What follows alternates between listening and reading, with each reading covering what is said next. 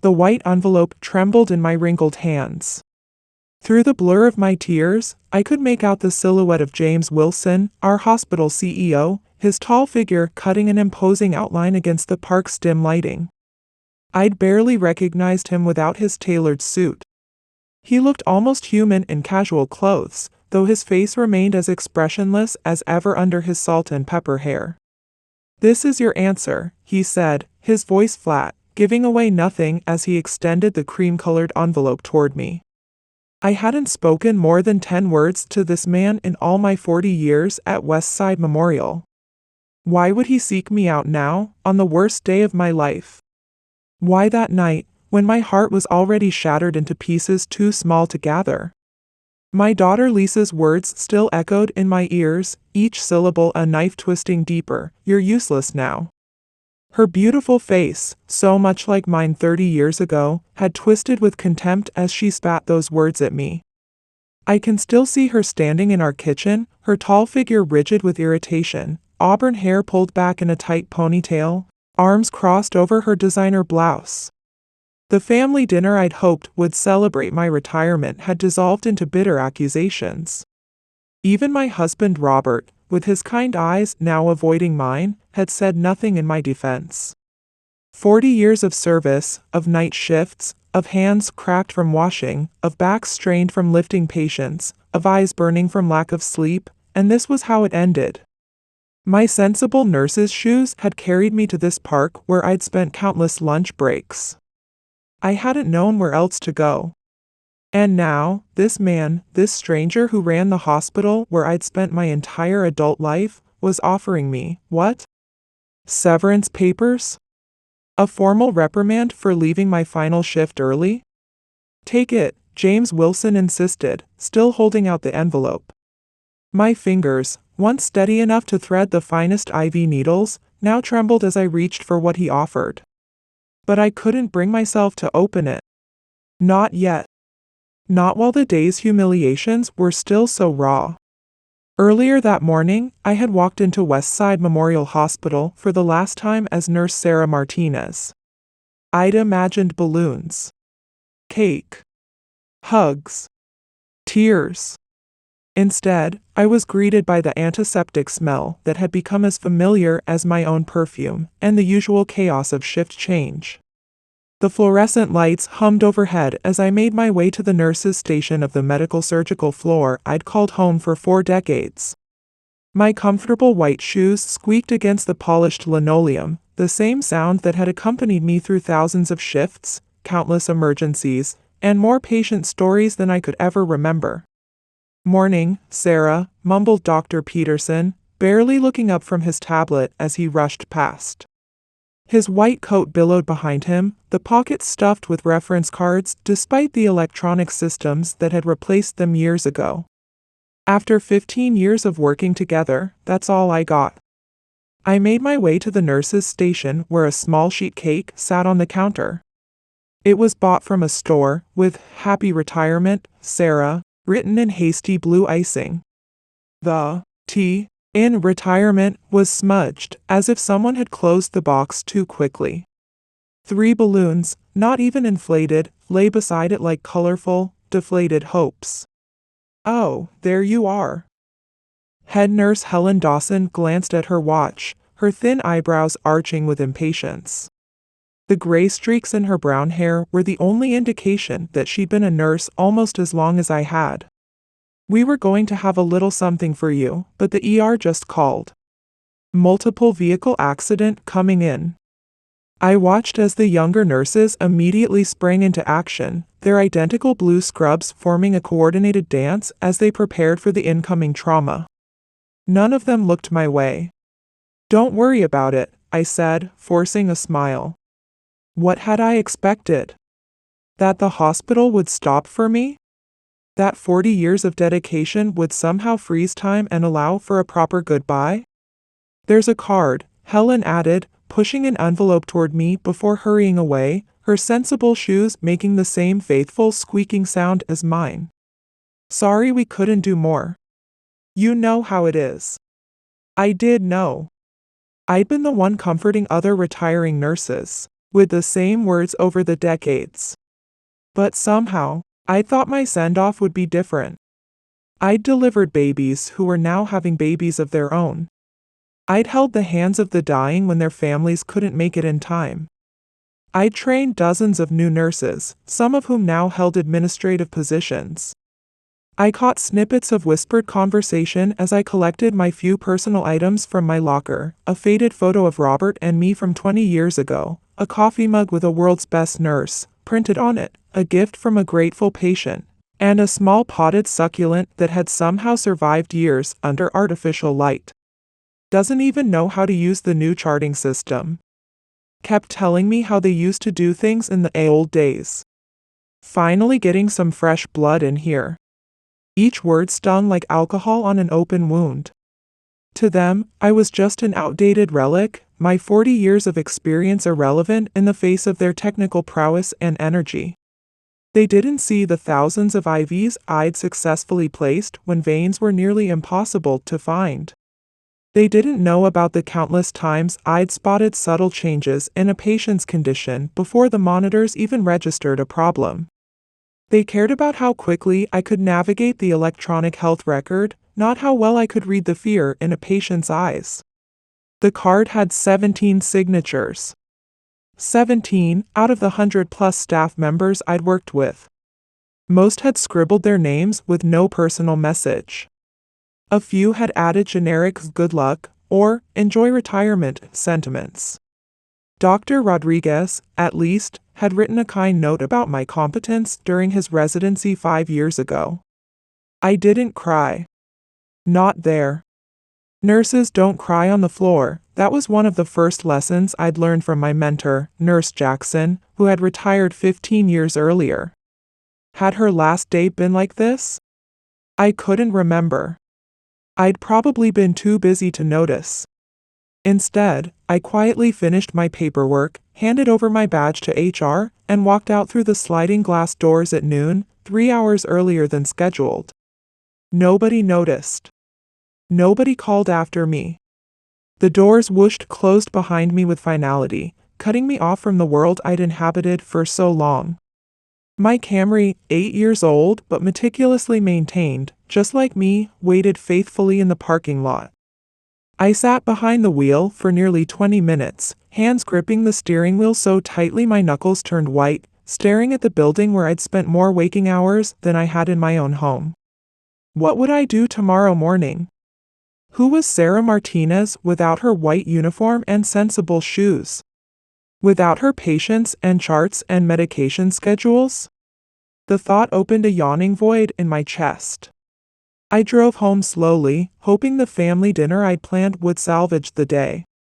Robert had promised to grill my favorite salmon. Lisa and her husband Mike were bringing their children, my precious grandchildren, Ellie and Jason.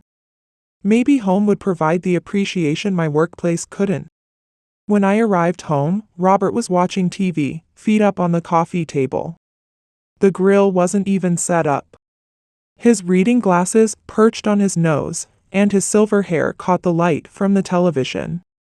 Once, the sight of him had made my heart race. Now, I felt a different kind of palpitation. "You're early," he said, barely glancing away from his baseball game.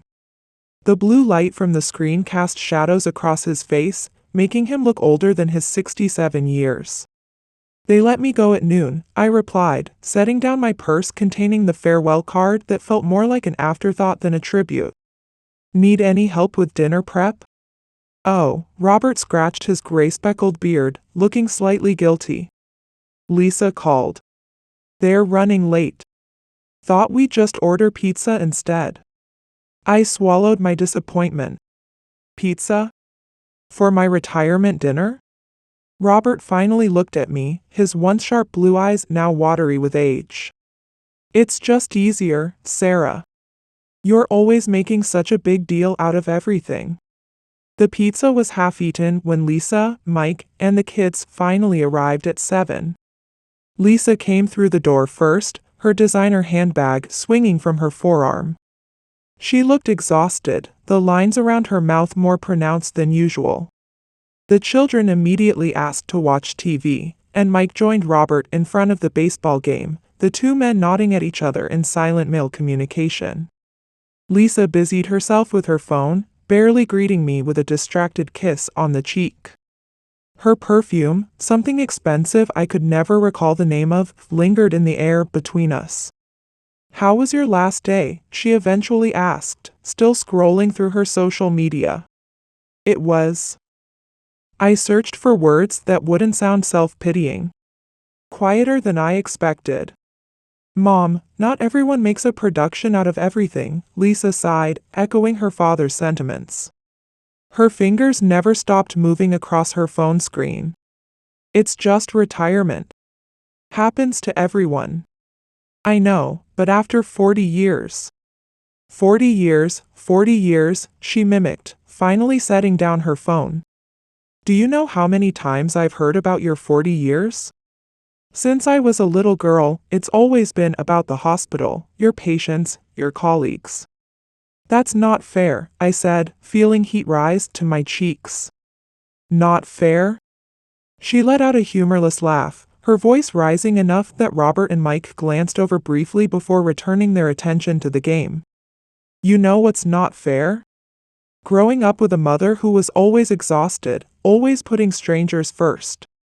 And now that it's over? Now we finally won't have to hear about West Side Memorial every single day." "Lisa, please," I started, but she was on a roll now. "You're useless now," she finally snapped, her beautiful face, so much like mine 30 years ago, twisting with contempt as she spat those words at me.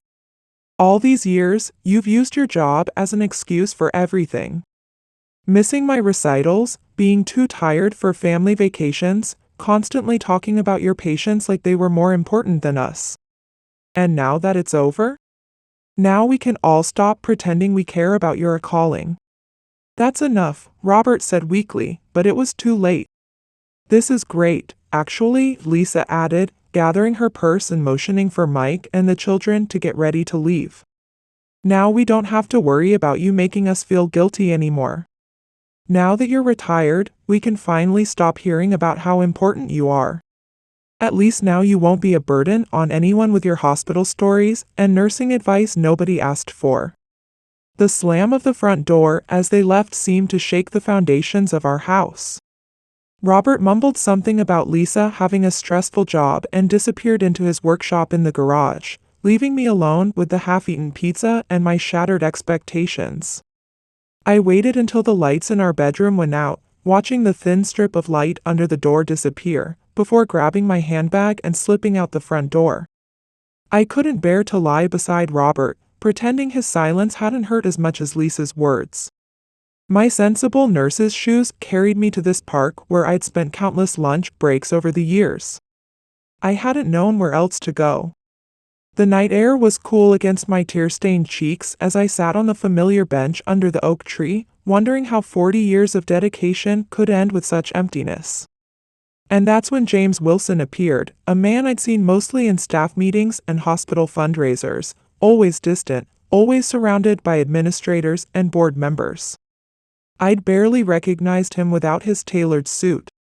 He looked almost human in casual clothes, though his face remained as expressionless as ever under his salt and pepper hair. "This is your answer," he said, his voice flat, giving away nothing as he extended the cream-colored envelope toward me. "Take it," James Wilson insisted when I hesitated, still holding out the envelope. My fingers, once steady enough to thread the finest IV needles, now trembled as I reached for what he offered. But I couldn't bring myself to open it. Not yet. Not while the day's humiliations were still so raw. I stared at the cream-colored envelope in my hand, turning it over several times as James Wilson walked away. His expensive shoes crunched on the gravel path, the sound fading into the quiet night. No explanation, no goodbye. Typical of the man I'd glimpsed from afar for years, efficient, cold, detached. The envelope wasn't sealed. Inside was a simple card with elegant handwriting, "Tomorrow, 7 a.m. Look outside your window." That was it?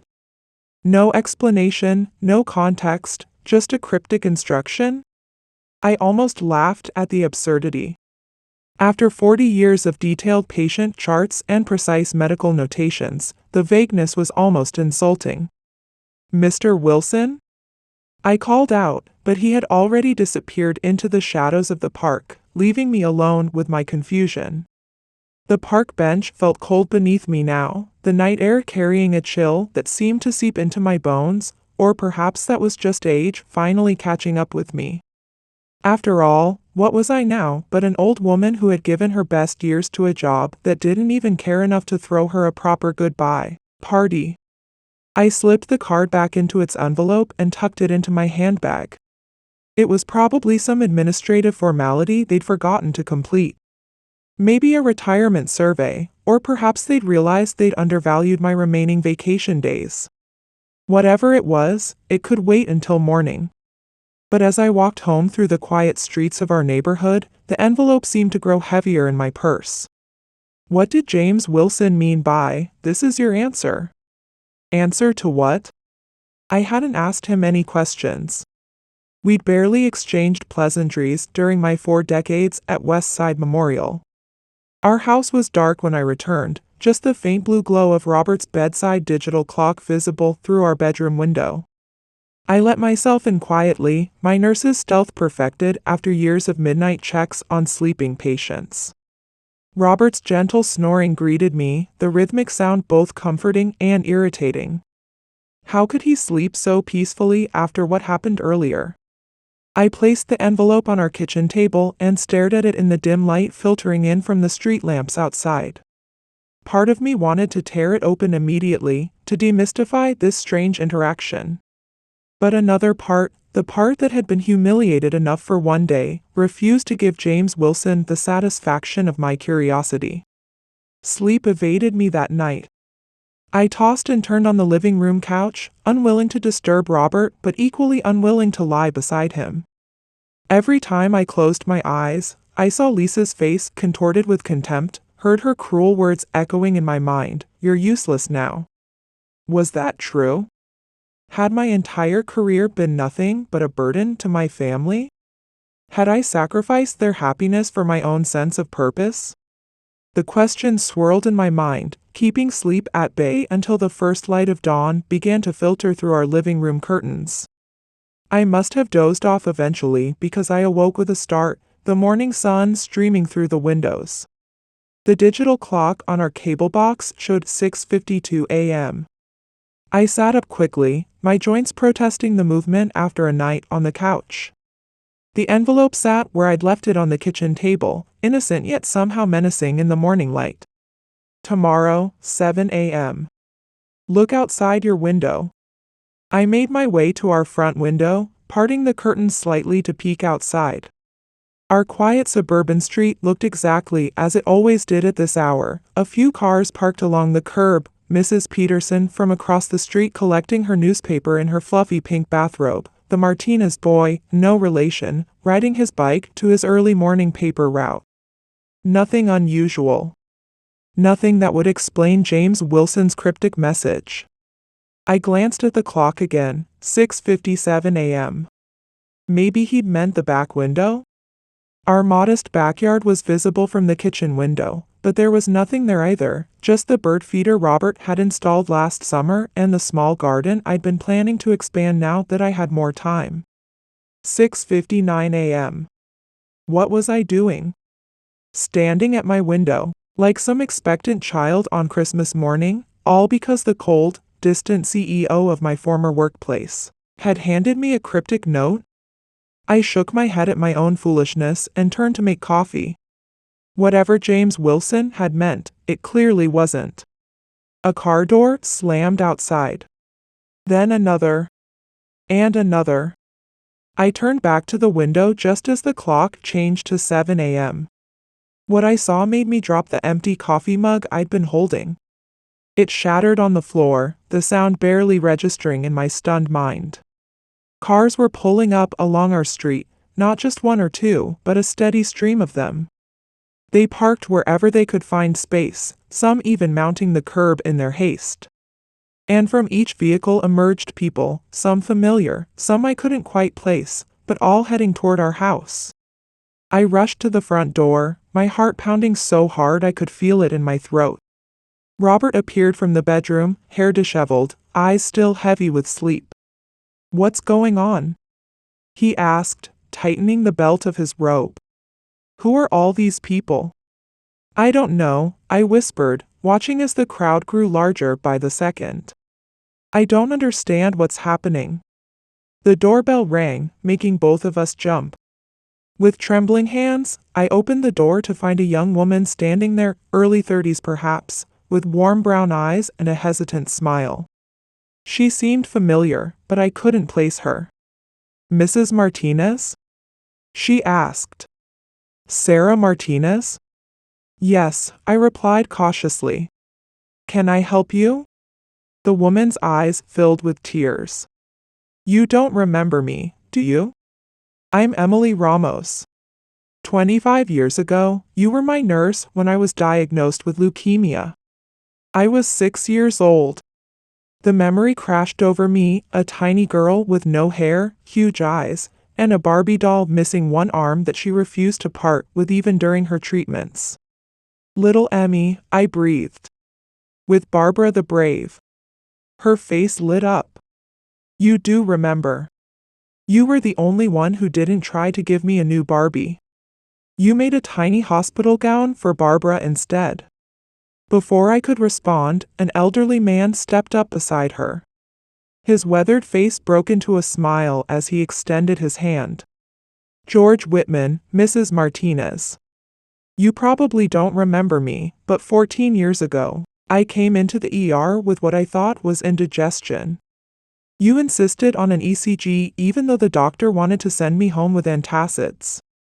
Turned out I was having a massive heart attack. The cardiologist said if you hadn't intervened, I wouldn't have made it through the night." As he spoke, more people stepped forward, forming a line that stretched down our front walk and onto the sidewalk. Robert stood beside me, his confusion turning to awe as person after person introduced themselves, former patients, family members of patients, colleagues I'd mentored decades ago. "What is this?" I whispered, more to myself than anyone else. "What's happening?" A black luxury sedan pulled up at the curb, and James Wilson stepped out, his usual tailored suit impeccable even at this early hour.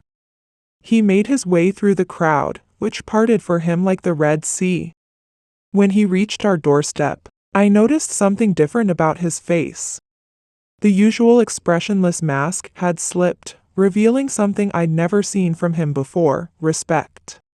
"Good morning, Sarah," he said, his voice warmer than I'd ever heard it. "I see you followed my instructions." "Mr. Wilson, I don't understand." I gestured helplessly at the growing crowd. "What is all this?" He reached into his jacket pocket and withdrew another envelope, this one sealed. "As I said last night, this is your answer. The answer to whether your 40 years meant anything. The answer to whether anyone noticed or cared." My fingers, still trembling, but now for an entirely different reason, took the envelope from his hand. Something told me that whatever was inside would change everything. With shaking hands, I opened the second envelope. Inside was a single note card bearing elegant handwriting. "These are the lives you saved." I looked up from the card to the sea of faces before me. There had to be at least 100 people standing in my front yard and spilling onto the street, men and women of all ages, some with children, some elderly, some I recognized and many I didn't. They were all looking at me with expressions of gratitude and warmth.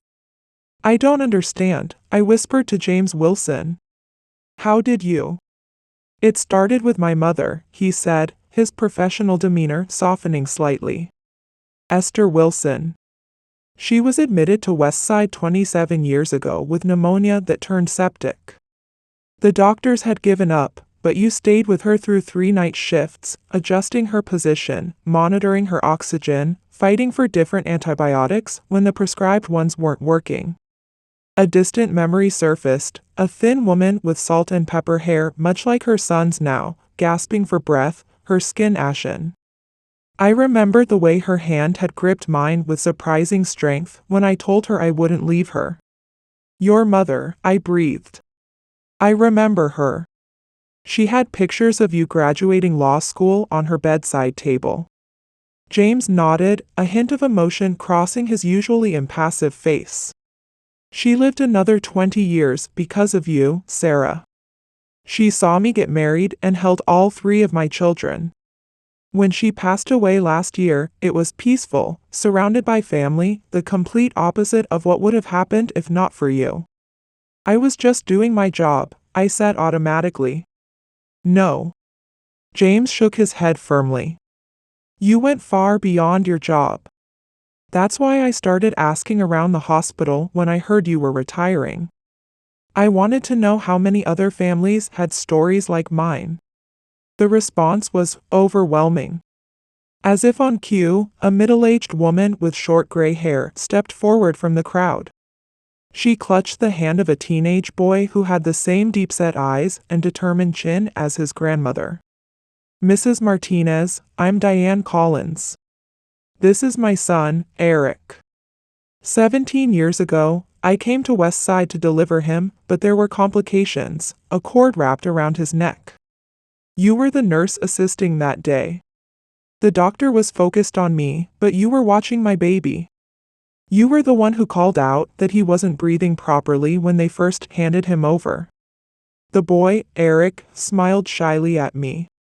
Mom says if you hadn't been paying such close attention, I would have had brain damage or worse. Before I could respond, a tall man in his 40s pushed forward. Tony Reeves, Mrs. Martinez. 10 years ago, massive car accident.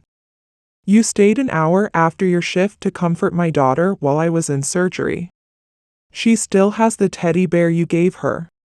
You noticed my father's medication error when the pharmacy sent the wrong dosage. You held my hand during chemo when my family couldn't be there. You recognized my stroke symptoms when everyone thought I was just confused. You taught me how to care for my wife's wound after surgery, saving us from an infection that could have been disastrous. You remembered I was allergic to latex when a new doctor was about to use latex gloves. The stories kept coming, each one washing over me like warm waves, erasing the cold emptiness of yesterday. Some were dramatic life-saving moments, others small acts of kindness that I'd forgotten entirely. A child's nightmare soothed during a frightening hospital stay. A worried family member guided to the right department. A homeless patient quietly given a pair of clean socks. Robert stood beside me, his hand finding mine and squeezing tightly. When I glanced at him, I saw tears streaming down his weathered cheeks. Sarah, he whispered. I had no idea. All these people. The front door burst open behind us, and Lisa appeared in her bathrobe, her hair disheveled. She must have used her key to enter through the back. What on earth is going on? She demanded, then froze as she took in the scene before her, the crowd of people, her father's tears, the cars lining the street. Lisa, Robert said, his voice thick with emotion. Come meet the people your mother saved. My daughter's eyes widened as James Wilson explained the gathering to her. I watched her expression transform, from confusion to disbelief and then to something I hadn't seen directed at me in years, wonder. All these people are here for Mom? She asked in a small voice.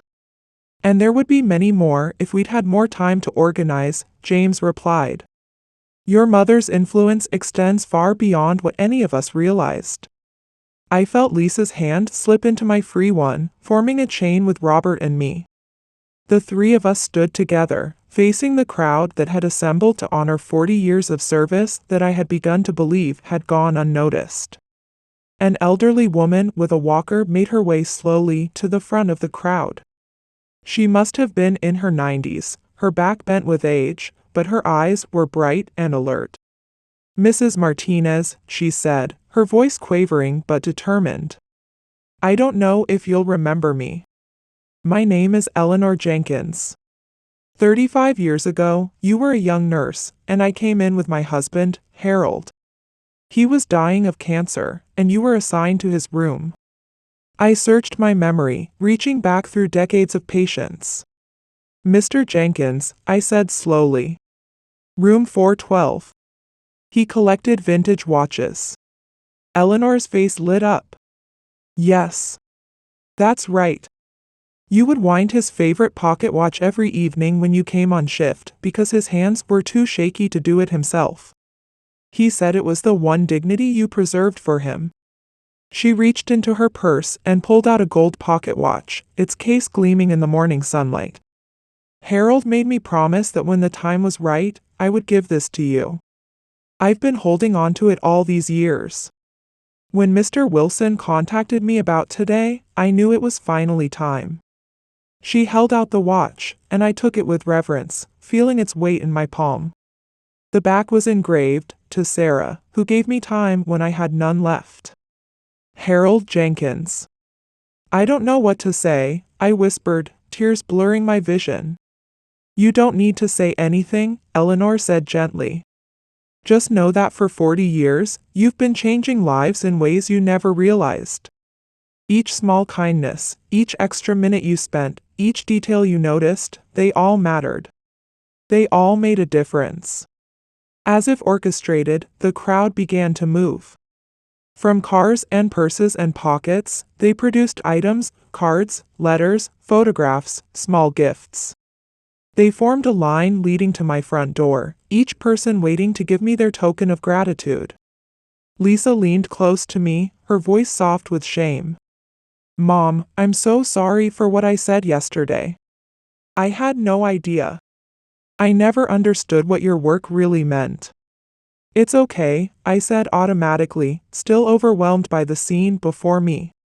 No, it's not, she insisted, tears filling her eyes so like mine. I was cruel and selfish. I only saw what your job took from our family. I never saw what it gave to all these people, what it gave to the world. Robert's arm encircled my shoulders. We both failed to see it, Sarah. All these years, we thought we were sacrificing for your career. We never understood that we were sharing you with people who needed you even more than we did. As the line of well-wishers approached, I noticed a news van pulling up at the end of the street. A reporter and cameraman emerged, surveying the scene with professional interest. That would be Channel 8, James Wilson said with a hint of satisfaction. I may have called them. I thought your story deserved to be shared. My story? I echoed, bewildered. The story of how one nurse quietly changed hundreds of lives over 40 years of service, he said. The kind of story people need to hear in a world that often overlooks the power of compassion and dedication. The reporter approached, microphone in hand, but before she could reach us, a commotion near the street drew everyone's attention. A police car had arrived, lights flashing but siren silent. For a moment, I worried that we were in trouble for the impromptu gathering blocking the street. But when the car door opened, Police Chief David Rodriguez stepped out in full uniform. He made his way through the crowd with purpose, stopping in front of me and saluting formally. Nurse Martinez, he said, his voice carrying across the now silent gathering. 22 years ago, my son was brought into your ER after a bicycle accident. You recognized that his injuries were more severe than they appeared and insisted on a CT scan that revealed internal bleeding. The doctor on duty told me later that without your intervention, my boy would have died before the symptoms became obvious. He turned to address the crowd. My son is now a doctor himself, saving lives because Nurse Martinez saved his. I've directed traffic patrol to help manage this gathering and make sure everyone who wants to share their gratitude with Mrs. Martinez can do so safely. Dr. Rodriguez is your son. I remembered the kind note from Dr. Rodriguez that was handed to me at the hospital. The chief stepped back, and James Wilson moved forward again. Sarah, there's one more thing. He gestured to a large vehicle pulling up, a shuttle bus from Westside Memorial Hospital. Your colleagues wanted to be here too.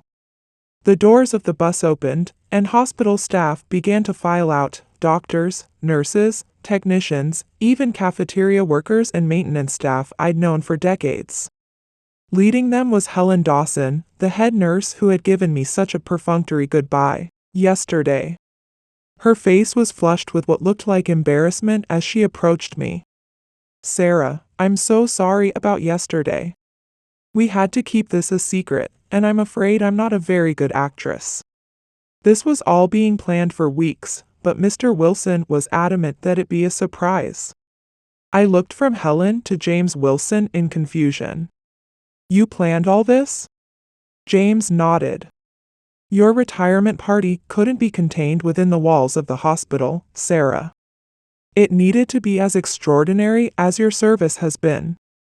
As I surveyed the scene, the street filled with cars, the yard filled with people whose lives I'd touched, my family at my side finally understanding the meaning of my life's work, I felt a sense of validation and purpose that transcended any recognition I could have imagined.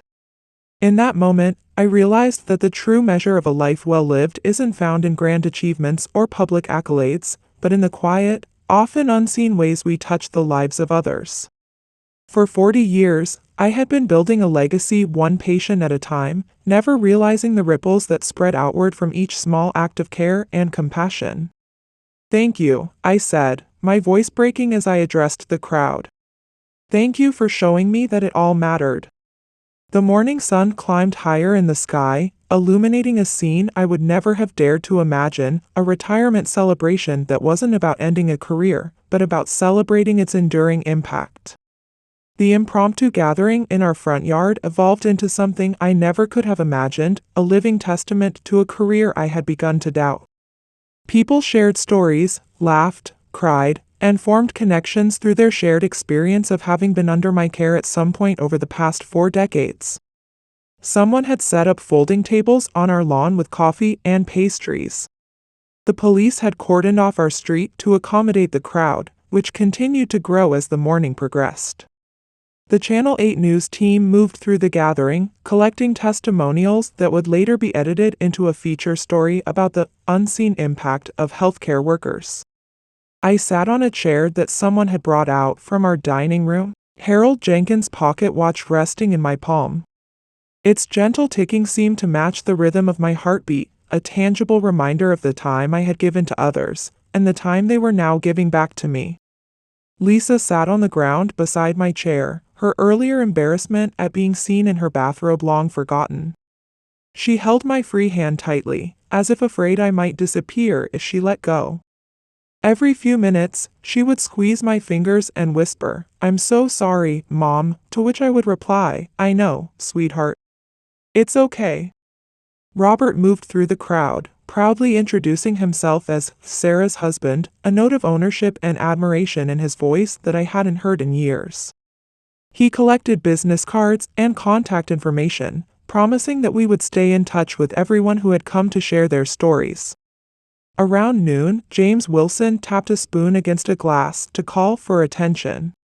The crowd quieted, all eyes turning toward him. "I want to thank everyone for coming today," he said, his CEO voice carrying across the yard. What began as a simple idea to recognize Sarah's retirement has clearly become something much more significant. He turned to face me directly. "Sarah, when my mother was dying, or so we thought, you told her something that she never forgot.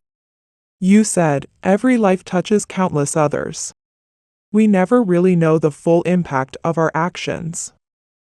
Today, we've tried to show you a glimpse of your impact." A murmur of agreement rippled through the crowd. "But there's one more piece to this celebration," James continued.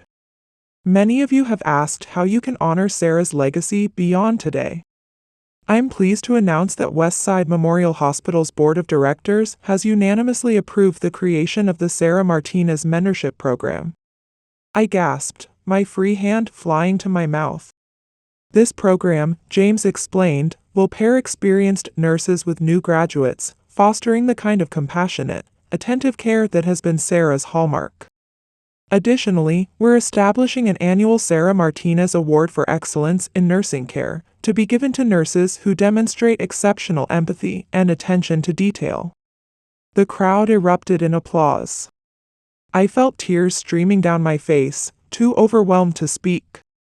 James wasn't finished. And finally, we would like to offer Sarah a new position, if she's willing to accept it. Not as a full-time nurse, but as a special advisor and educator for our nursing staff.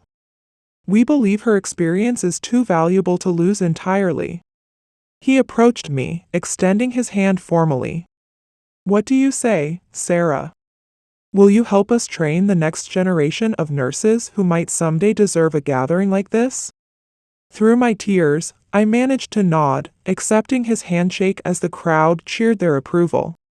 As the afternoon wore on, people gradually began to depart, each taking a moment to say goodbye, to share a final memory, or express their gratitude. By late afternoon, only a core group remained, close friends, former colleagues, and family members who had arrived throughout the day after hearing about the gathering through social media or word of mouth. My younger sister Maria, who had driven 3 hours from out of state after seeing a live video of the event on Facebook, pulled me aside as the gathering wound down. You know what I keep thinking about, she asked, her arms linked through mine as we surveyed the few remaining guests. Remember how Mom used to worry that you were wasting your potential by just being a nurse instead of becoming a doctor? I smiled at the memory. Our mother, a product of her generation, had never quite understood my choice. She was so wrong, Maria continued. Just look at all these lives you've touched. Not just as a medical professional, but as a human being who truly cared. That's a kind of healing that goes beyond prescriptions and procedures. As the last guests prepared to leave, I found myself standing with Lisa and Robert near our front door.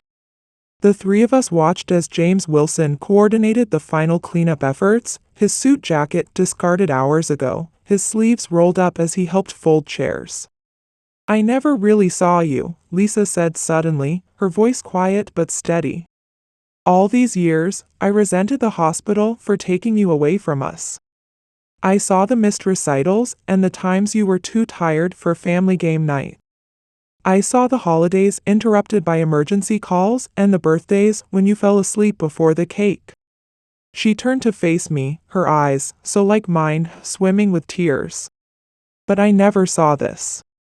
I never understood that while you weren't at my piano recital, you were helping a child like Eric breathe.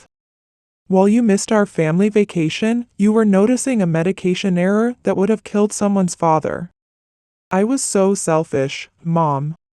You weren't selfish, I told her, cupping her cheek in my palm. You were a child who needed her mother. And there were times I wasn't there when I should have been. We both made mistakes. Robert put his arms around both of us. I think we all did, he said. I could have supported you more, Sarah. I could have helped Lisa understand the importance of your work instead of joining in her resentment. I'm sorry it took all this, he gestured at the remnants of the gathering, for us to see the truth. As twilight fell, James Wilson approached us one last time.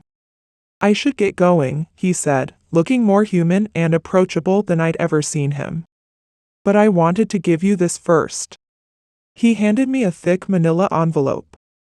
These are letters from people who couldn't be here today, patients who have moved away, family members of patients who have passed on, colleagues who are working or out of town. We've been collecting them for weeks. There are over 300. I accepted the envelope with trembling hands. I don't know how to thank you for all of this. James shook his head. I'm the one who should be thanking you. Not just for my mother, but for showing all of us what it means to do a job with true dedication and heart. In an age of burnout and cynicism, you never lost sight of the human beings in your care. After he left, the three of us, Robert, Lisa, and I moved to the porch swing that Robert had built when we first bought this house. It creaked slightly as we sat down together, a familiar sound that had accompanied many evening conversations over the years. So, Robert said, his arm around my shoulders, What are you going to do with this advisor position? I thought you were retiring. I gazed out at our street, now returned to its usual quiet state. The only evidence of the day's events were a few forgotten napkins fluttering in the evening breeze. I think I'll take it, I said slowly. Not full-time, of course. But to train new nurses, to share what I've learned, that doesn't feel like work. It feels like leaving a legacy. Lisa leaned her head against my shoulder, just as she used to do as a little girl. I think that sounds perfect, Mom. And I promise I'll do better at supporting you. We both will, Robert added, squeezing my hand. As darkness fell completely, we remained on the porch swing, the three of us together, reconnected in a way we hadn't been in years. Harold Jenkins' pocket watch ticked softly in my pocket, marking each precious moment of this new chapter. The manila envelope of letters rested on my lap, stories I would savor in the days to come. But for now, I was content to simply be here, surrounded by the love of my family, finally understood and valued for exactly who I was. I thought about the words engraved on Harold's watch, to Sarah, who gave me time when I had none left, and realized that time had always been the true currency of my career. Time spent noticing details others missed. Time spent holding hands and offering comfort. Time spent teaching and mentoring. Time that had often come at the expense of my family, but time that had, in its own way, created ripples of healing that would continue long after I was gone. You know, I said softly to Robert and Lisa, for years, I've been wondering what retirement would feel like, who I would be without my nursing identity. Yesterday, I thought the answer was nobody. Today, I realized that the work I've done has become part of who I am, not just what I do. You're our hero, Mom, Lisa whispered, her voice thick with emotion. I'm sorry it took me so long to see that. As we sat together in the gathering darkness, I felt a sense of peace settle over me. The fear of uselessness that had haunted me since my last day at the hospital was gone, replaced by the certainty that my life's work had mattered in ways I never could have imagined. The white envelope that had trembled in my wrinkled hands just 24 hours ago had indeed contained an answer, not just to the question of my worth after retirement, but to the deeper question of what it means to live a life of purpose and impact. The answer wasn't in the accolades or the newly established program bearing my name. It wasn't even in the hundreds of people who had gathered to express their gratitude. The true answer was in the understanding that had finally dawned in the hearts of those closest to me, and in my own heart as well.